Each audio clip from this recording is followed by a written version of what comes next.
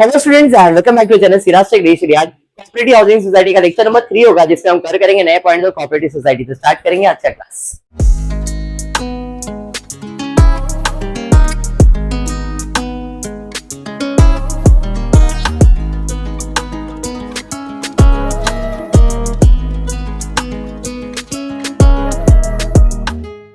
Start करते हैं cooperative society.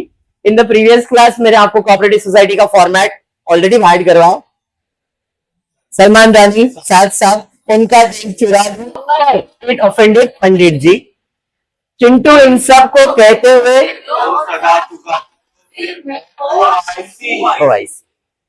समझ में आया? फॉर्मेट क्लियर है?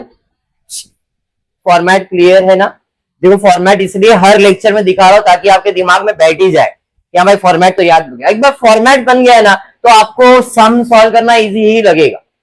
इनकम स्टेटमेंट में property establishment other, property expenses establishment expense other, वही प्रॉपर्टी के लिए कलेक्शन फ्रॉम प्रॉपर्टी मेंबर्स आ जाएगा, कलेक्शन एस्टेब्लिशमेंट का आ जाएगा, मतलब सेम चीज है। सोसाइटी और सर्विस, फिर बाद में interest and dividend other income. Expense ज्यादा इनकम कम है तो डेफिसिट, इनकम ज्यादा एक्सपेंस कम है तो सरप्लस। ठीक है, चलिए देखते क्वेश्चन क्या दिया गया है।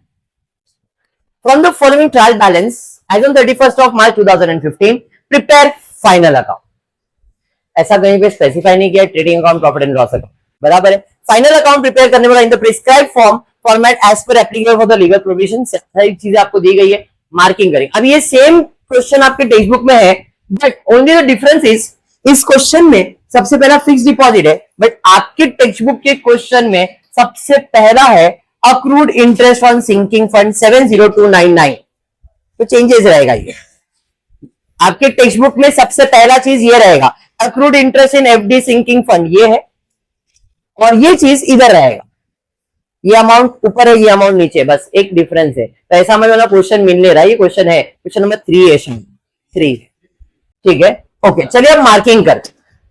पहला है फिक्स डिपॉजिट, डेबिट पे दिया है, डेबिट पे दिया है। डिपॉजिट मतलब इन्वेस्टमेंट कर दिया, बराबर है। तो ये कहां जाएगा? Investment. Advance staff, advance staff का मतलब क्या हुआ? एडवांस स्टाफ का मतलब हुआ not loans and advances, sundry debtors. Advance staff is sundry debtors. Sir मैंने लोन्स एंड एडवांस में लिखा तो चलेगा क्या? अरे दौड़ेगा। समझ में आया क्या? क्लियर? सिंपल भाषा ये है। सर डेबिट डेटर्स क्या है? सर ये बता दो ना, हमको ये नहीं समझ में आ रहा है। बराबर। एडवांस स्टाफ मतलब मैंने मेरे स्टाफ मेंबर्स को एडवांस दिया हुआ है। अब स्टाफ मेंबर सोसाइटी के अंदर जो है वो कस्टमर हुए, तो कस्टमर को जो पैसा मिलने वाला है वो अपने डेटर्स हुए। Due from members, advance from the staff is one and the same, इसलिए एडवांस फ्रॉम द स्टाफ किधर जा रहा है? सन्ड्री डेटर्स में। पढ़ा क्या? सर मेरे को लोन एंड एडवांस से इजी लग रहा है, लिख दो भाई। मैंने पहले बताया हेडिंग के मार्क्स कट रहे तुम्हारे, बाकी मार्क्स तो पूरा ही मिलने वाला है। ठीक है, निब्बा चाली करो चलेगा, प्रो अपने आप बन जाओगे। निब्बा ही प्रो बनते हैं ना। अरे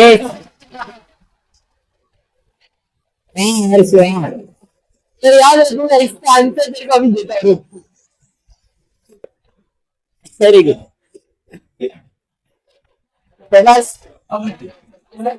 आएगा आएगा, बहुत जल्द आएगा, और आज तो बहुत नया आएगा, जान लो। तूने चालू किया? मैंने नहीं चालू किया। ऑडिट फीस, खर्चा ऑडिट फीस एक्सपेंस है, और जो भी वेरी गुड एस्टेब्लिशमेंट एक्सपेंस है। बीएमसी डिपॉजिट, हाँ सब आइटम्स भी है यहाँ पे, ध्यान देते। BMC deposit for water, deposit जो भी रहेगा, जो भी डिपॉजिट रहेगा वो अपने लिए अदर आइटम्स के अंदर ही जाने वाला है। तो ओ आई यहाँ पे डिपॉजिट का शेड्यूल लिखा हुआ है, डिपॉजिट के अंदर आप डी लिखा हुआ है, बट आप इसमें डाल सकते हो इधर अदर आइटम्स के अंदर। कैश एंड बैंक तो कैश बैंक में जाएगा, कैश एंड वेरी गुड। सबर सबर, मैं भी पढ़ रहा हूँ थोड़ा सा।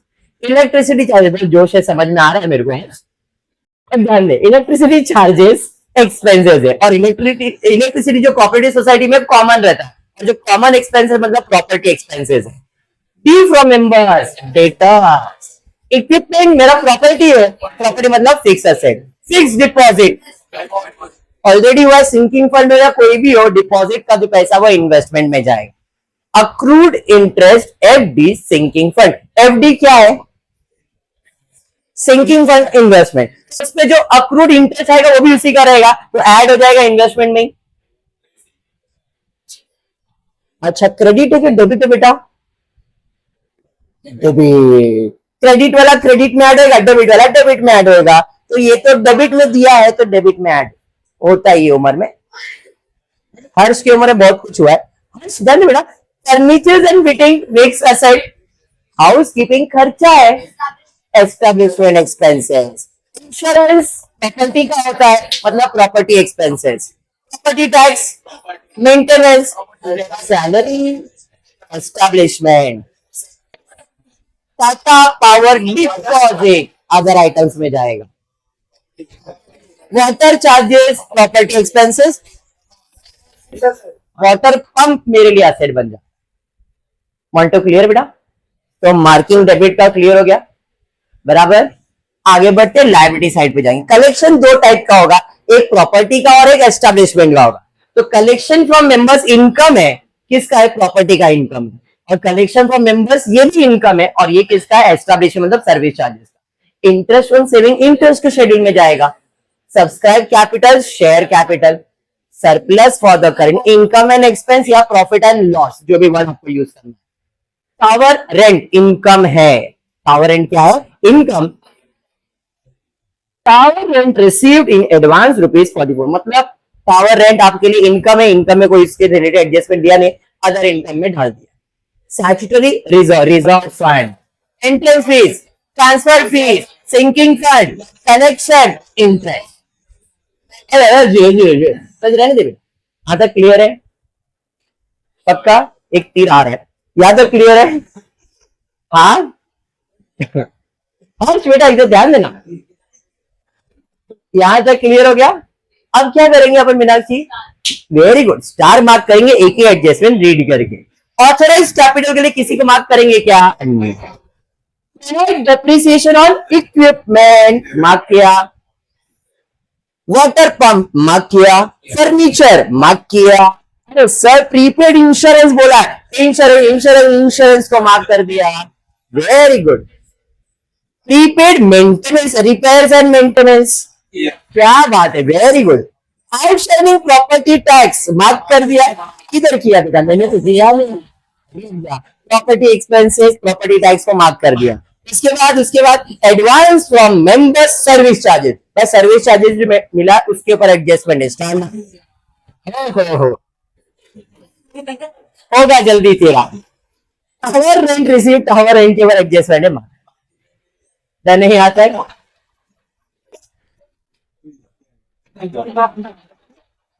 क्लियर है नहीं? चलिए अब क्या करेंगे?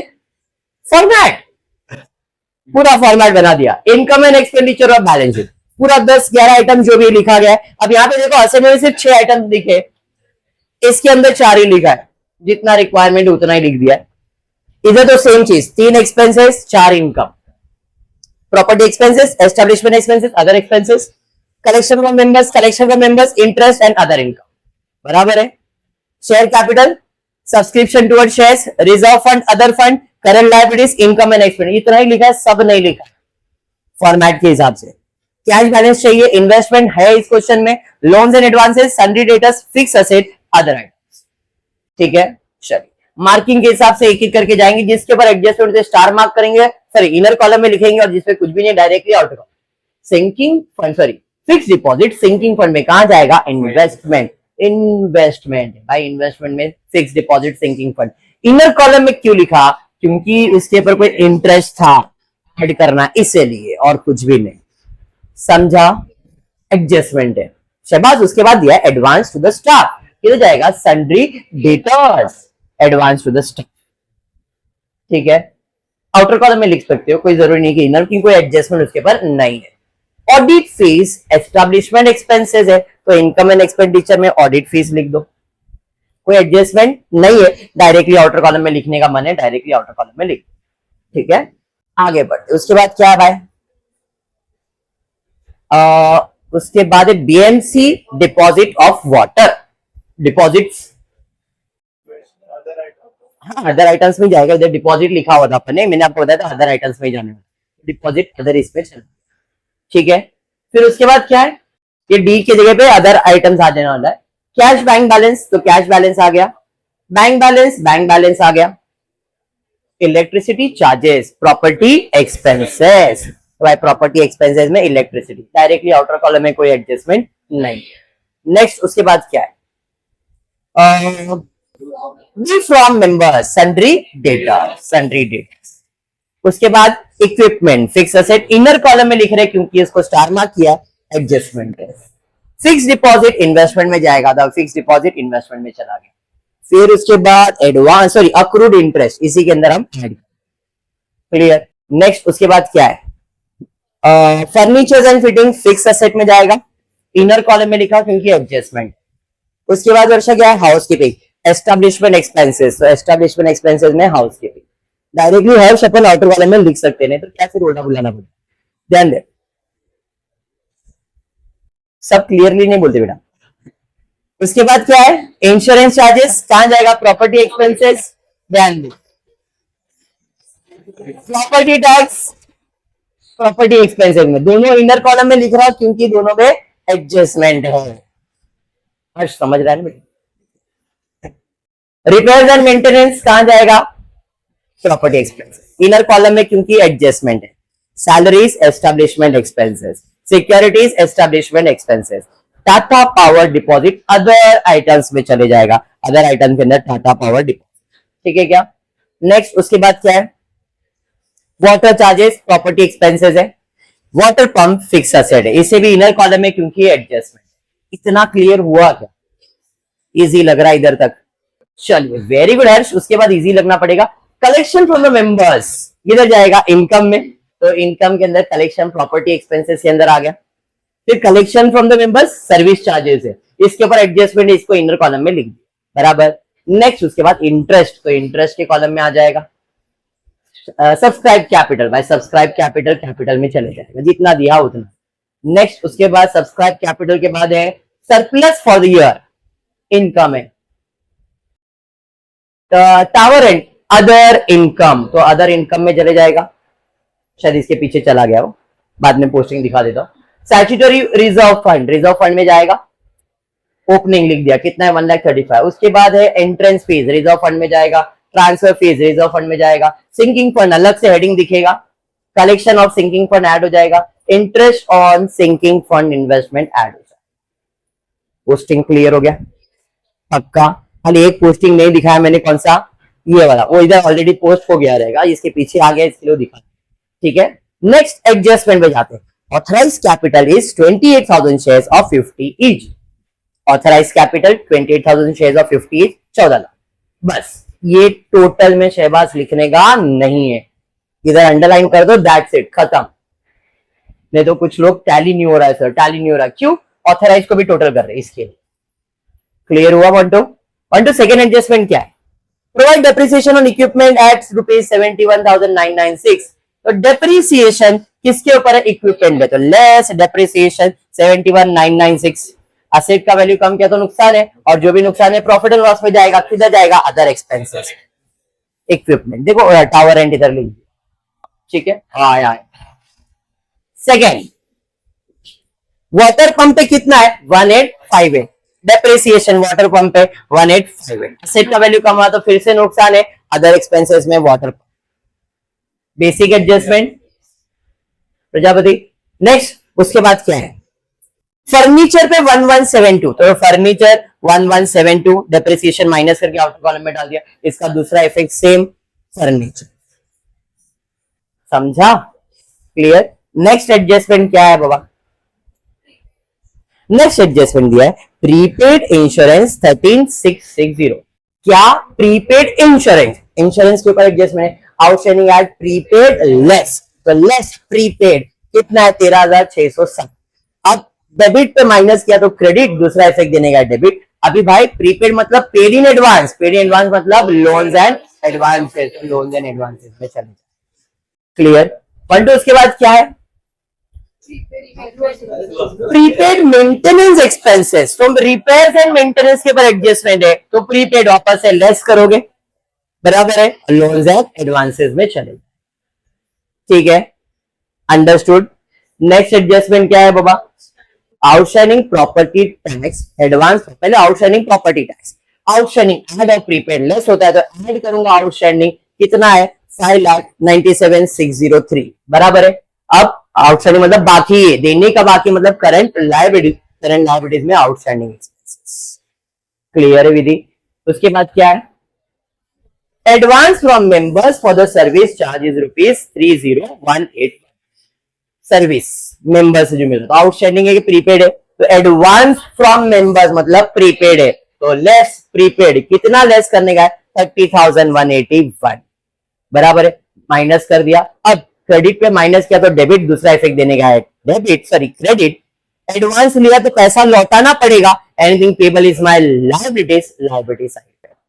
एक्सप्लेन करूं क्या वापस, पक्का, मैंने मेरे मेंबर से पैसा एडवांस में ले लिया, उन्होंने एडवांस देके रखा है, वो इस साल का नहीं आने वाले साल का रहेगा, तो उसे प्रीपेड कहते हैं, इसलिए मैंने उसमें से माइनस कर दिया। अब ये पैसा नेक्स्ट ईयर का, मतलब उन्हें पैसा लौटाना पड़ेगा अगर बिजनेस नहीं हो रहा है, इसलिए वो आपका क्या बन गया, ठीक है। अरे यस, और कोई एडजस्टमेंट है क्या, पढ़ लो भाई। Tower rent received in advance मतलब फिर से प्रीपेड है, लेस प्रीपेड, वंस अगेन पैसा एडवांस मिला तो लायबिलिटीज हो जाएगा, तो लायबिलिटीज में जाएगा, क्लियर हो गया। और कोई एडजस्टमेंट नहीं, बस था क्लोजिंग करेंगे, तो कौन सा साइड पहले सबको आउटर कॉलम में डाल दो भाई, सब आउटर कॉलम में आ गया, ये साइड और ये साइड में कौन सा टोटल ज्यादा है देख लो जरा, फटफट फटफट, अर्ज लाए कैलकुलेटर, क्यों हाफ पैंट में है, क्यों शॉर्ट्स में, कहीं गया था, कहीं गया था, हाँ जा ना भाई, तेरा लाइफ है, तेरे को जिधर जाने का उधर जा, अग्रवाल जाना है अग्रवाल जा, सन सिटी जाना है सन सिटी। राजन भी बोल रहा है, गरबा का भी बोलने का, कितना कौन से साइड का ज्यादा है, क्रेडिट साइड का टोटल ज्यादा है, 29,79,777, सेम टोटल लिखा, अब ये टोटल माइनस कर दोगे तो जो आंसर आ रहा है 1,32,980, इसे कहते हैं सरप्लस, और जो भी सरप्लस आएगा दादा वो हमारे इनकम में ऐड हो जाएगा, ठीक है।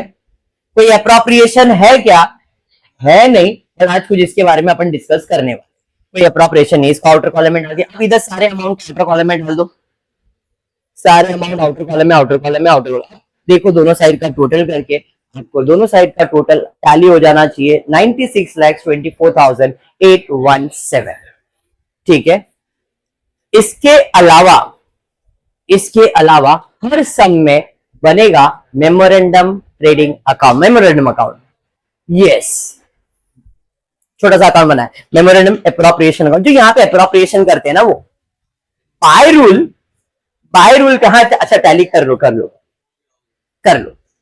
बाय रूल कहता ये है कि जो भी तुम्हारा प्रॉफिट होगा एवरी ईयर का प्रॉफिट यानी कि सरप्लस जो भी होगा उसका 25% ट्रांसफर करना होता है सिंकिंग फंड में या तो स्टैट्यूटरी फंड में, वही एक ही बात हो गया, सिंकिंग फंड बोलो या statutory fund, by default word है स्टैट्यूटरी फंड। आप सिंकिंग फंड में भी आप इन्वेस्टमेंट कर रहे हो, अगर आप देखो स्टैट्यूटरी फंड भी दिया है, सिंकिंग फंड भी दिया हुआ, तो एवरी ईयर कंपनी क्या करती है, मतलब कंपनी मतलब हाउसिंग सोसाइटी क्या करती है, जो भी उस साल का पैसा रहेगा उसका 25% स्टैट्यूटरी फंड में ट्रांसफर करता है। अभी अपन ने तो टैली कर दिया है, तो इसके लिए हम लोग क्या मेंटेन करेंगे, मेमोरेंडम।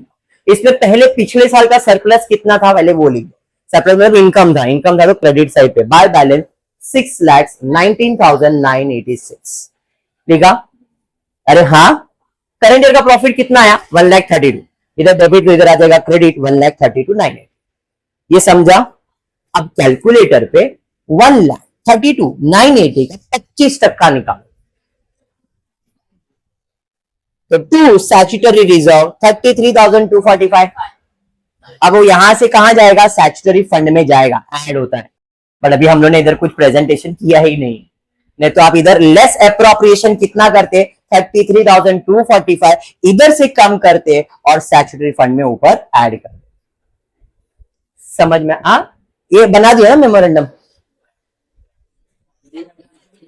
अगर आप एप्रोप्रिएशन ये मेमोरेंडम नहीं बनाते हो तो उस केस में आप पहले करंट ईयर का प्रॉफिट लिखोगे, उसका 25% निकालोगे और उसका 25% लिखोगे एप्रोप्रिएशन में। एप्रोप्रिएशन में क्या लिखोगे? ट्रांसफर टू स्टैट्यूटरी रिजर्व, इधर डाल दिया। इसका दूसरा इफेक्ट जो भी तुम्हारा स्टैट्यूटरी फंड इसी के अंदर ऐड करोगे, प्रॉफिट या तो सरप्लस कितना 33,000, लॉस होएगा तो कैसे ट्रांसफर करेंगे भाई, क्या फालतूगिरी। प्रॉफिट होएगा तो ना, नहीं क्लियर, प्रॉफिट होगा तो रिजर्व कर सकते हैं, जब प्रॉफिट ही नहीं होगा तो रिजर्व कैसे मेंटेन करेंगे। एक इधर से कम किया और एक स्टैट्यूटरी फंड में ऐड कर दो, दोनों इफेक्ट इधर ही आ गया। उसके बाद जो क्लोज करोगे तो बैलेंस इधर ही आ जाएगा, खत्म। अब वही केस में इधर भाई मैंने इधर माइनस कर दिया, क्लोजिंग करूंगा, ये साइड का टोटल लिया माइनस किया 7,19,721, बस इधर प्रेजेंटेशन दिया। क्योंकि इधर कितना है 7,52,996, अगर उसमें से आप 7,52,996 में से 3,324 माइनस करोगे तो आपका प्रॉफिट कितना आएगा? 7,19,721 ही आएगा। अभी इधर कितना दिख रहा है? 7,52,996 दिख रहा है, इतना पैसा दिख रहा है ना, क्योंकि एप्रोप्रिएशन माइनस नहीं किया, इसलिए अगर आप एप्रोप्रिएशन माइनस करोगे तो इधर प्रॉफिट कितना आ जाएगा? 7,19,720, बिकॉज 3,3,245 इसमें से आपने एप्रोप्रिएशन माइनस किया जो कि स्टैट्यूटरी फंड में ऐड किया, तो स्टैट्यूटरी फंड का भी बैलेंस चेंज हो जाएगा। खाली अमाउंट बदलेगा नहीं, खाली अमाउंट सेम ही रहेगा। समझा मेमोरेंडम का क्या फायदा है और क्या यूज है उसका? क्लियर है? तो यहाँ पे कोऑपरेटिव हाउसिंग सोसाइटी में वाइंड अप करता हूँ, उसके बाद और इसके लेक्चर दूंगा, और एक और दो लेक्चर लेता हूँ, 2 लेक्चर मेरे हिसाब से ले रहा हूँ, जिसके अंदर ट्रेडिंग प्रॉफिट एंड लॉस वाला सम करवा, कोऑपरेटिव खत्म होते ही इलेक्ट्रिसिटी चालू कर दे, समझ में? और इलेक्ट्रिसिटी भी मैं वापस बोल रहा हूँ, आपने सेमेस्टर 4 में कंपनी फाइनल अकाउंट किया था, शाहरुख खान की स्टोरी मैंने ऐड करवाया है, अगर आपको बैलेंस शीट का स्टोरी याद हो, बैलेंस शीट वही सेम चीज आपको इलेक्ट्रिसिटी में आने वाला है, तो टेंशन लेना मत, वो भी राइट हो जाएगा, ठीक है? Very good. तो आज इतना ही करते हो, फुली वीडियो पसंद आए तो प्लीज वीडियो को लाइक कर देना, फ्रेंड्स ग्रुप में शेयर करना, चैनल को सब्सक्राइब करना। Thank you for watching the video.